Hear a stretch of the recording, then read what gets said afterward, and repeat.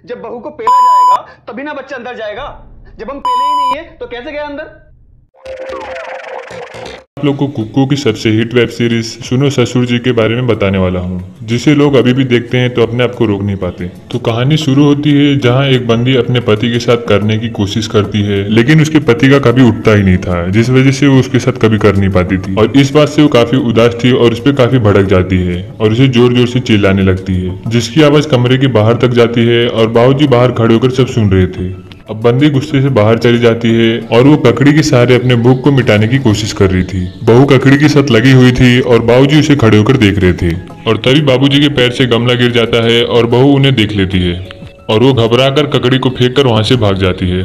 और अब बाबूजी उस ककड़ी को उठाकर सूंघने उंगने लगते हैं और उसे खा भी लेते हैं। अब अगले दिन उसका पति काम के लिए चला जाता है। अब बहू यहाँ काम कर रही थी और बाबूजी अपने नौकर बिरजू से सर पर तेल लगवा रहे थे। अब बाबूजी चढ़ा बढ़ाकर बोलते हैं कि पूरे जिले में सबसे कड़क पहलवान हम ही थे, लड़कियां हमें दूर दूर से देखने के लिए आती थी और जब हम कस के पकड़ते थे ना, गीला हो जाता था। मतलब पहलवानों का शरीर।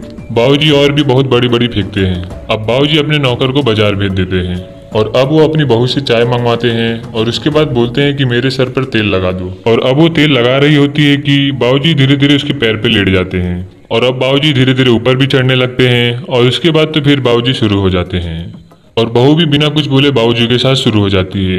अब बाबूजी उसे उठाकर कमरे में लेके जाते हैं और अब बाबूजी उसकी साड़ियाँ निकालते हैं और उसके साथ शुरू करते हैं। और बाबूजी लगे हुए रहते हैं कि बाहर बिरजू आ गया था, क्योंकि वो थैला घर पर ही भूल गया था और उसे रूम से आवाजें आ रही थी, तो वो देखने के लिए चला जाता है और वो देखता है कि बाबूजी अपनी बहू के साथ ही पलंग तोड़ मजे कर रहे हैं। ये देखकर बिरजू का मन भी मचलने लगता है और वो अपने हाथों के सहारे अपने मन को शांत करता है। और यहाँ बाबूजी और बहू दोनों खूब एंजॉय करते हैं और बहू की पूरी भूख मिट चुकी थी। अब अगले दिन बाबूजी थोड़ा किचन में बहू के साथ रोमांस करते हैं और बिरजू उन्हें बाहर से खड़े होकर देख रहा था। अब मनोहर जैसे ही काम पे जाता है, बाबूजी और बहू फिर से चले जाते हैं कमरे में, जहाँ ये दोनों फिर से करते हैं और अपनी प्यास को बुझाते हैं और फिर से बिरजू इन्हें देख के मजे लेता है। अब अगले दिन मनोहर और बाबूजी बैठे हुए थे तो बहू उनके लिए चाय लेकर आती है और तभी बंदी को उल्टी होने लगती है। उसके बाद जब डॉक्टर आता है तो वो उन्हें बताता है कि ये प्रेग्नेंट है, जिसे सुनकर मनोहर तो हक्का बक्का हो जाता है।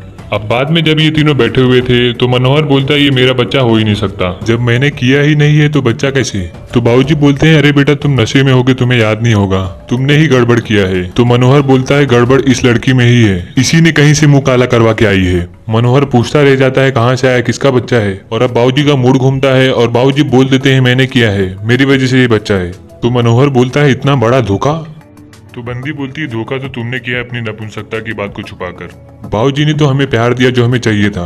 अब बाबूजी मनोहर को बोलते हैं देखो बेटा तुम्हारी बात बाहर जाएगी तो बदनामी होगी, हमारी और बहू की बीच की बात बाहर जाएगी तो भी बदनामी होगी, ऑफिस में सब थूकेंगे तुम पे, इससे तो अच्छा है जैसा चल रहा है वैसा चलने दो, सब इस बच्चे को तुम्हारा बच्चा ही समझेंगे। और मनोहर को इनकी बातें माननी ही पड़ती है।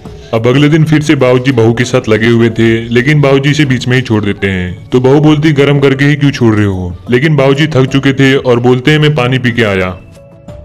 और बाहर बिरजू खड़ा सब सुन रहा था। अब बाबूजी बाहर आते हैं और पानी पीकर जैसे ही सोफे पर लेटते हैं सो जाते हैं और बहू इन्हें पुकार रही होती है, लेकिन बाबूजी तो सो गए थे। तो इस बात का बिरजू अच्छे से फायदा उठाता है। ये जाता है और पीछे से ही अपनी मालकिन के साथ शुरू हो जाता है और मालकिन ने इसे अभी तक नहीं देखा था, लेकिन जैसे ही ये बिरजू को देखती है ये बोलती है बिरजू तुम, और फिर बोलती है रुको मत करते रहो बिरजू। और बिरजू भी हाँ मैडम करते करते खूब मजे करता है। मतलब इस बंदी को सिर्फ अपनी प्यास बुझानी थी, चाहे बुझाने वाला कोई भी रहे। और वही हो जाता है एपिसोड खत्म।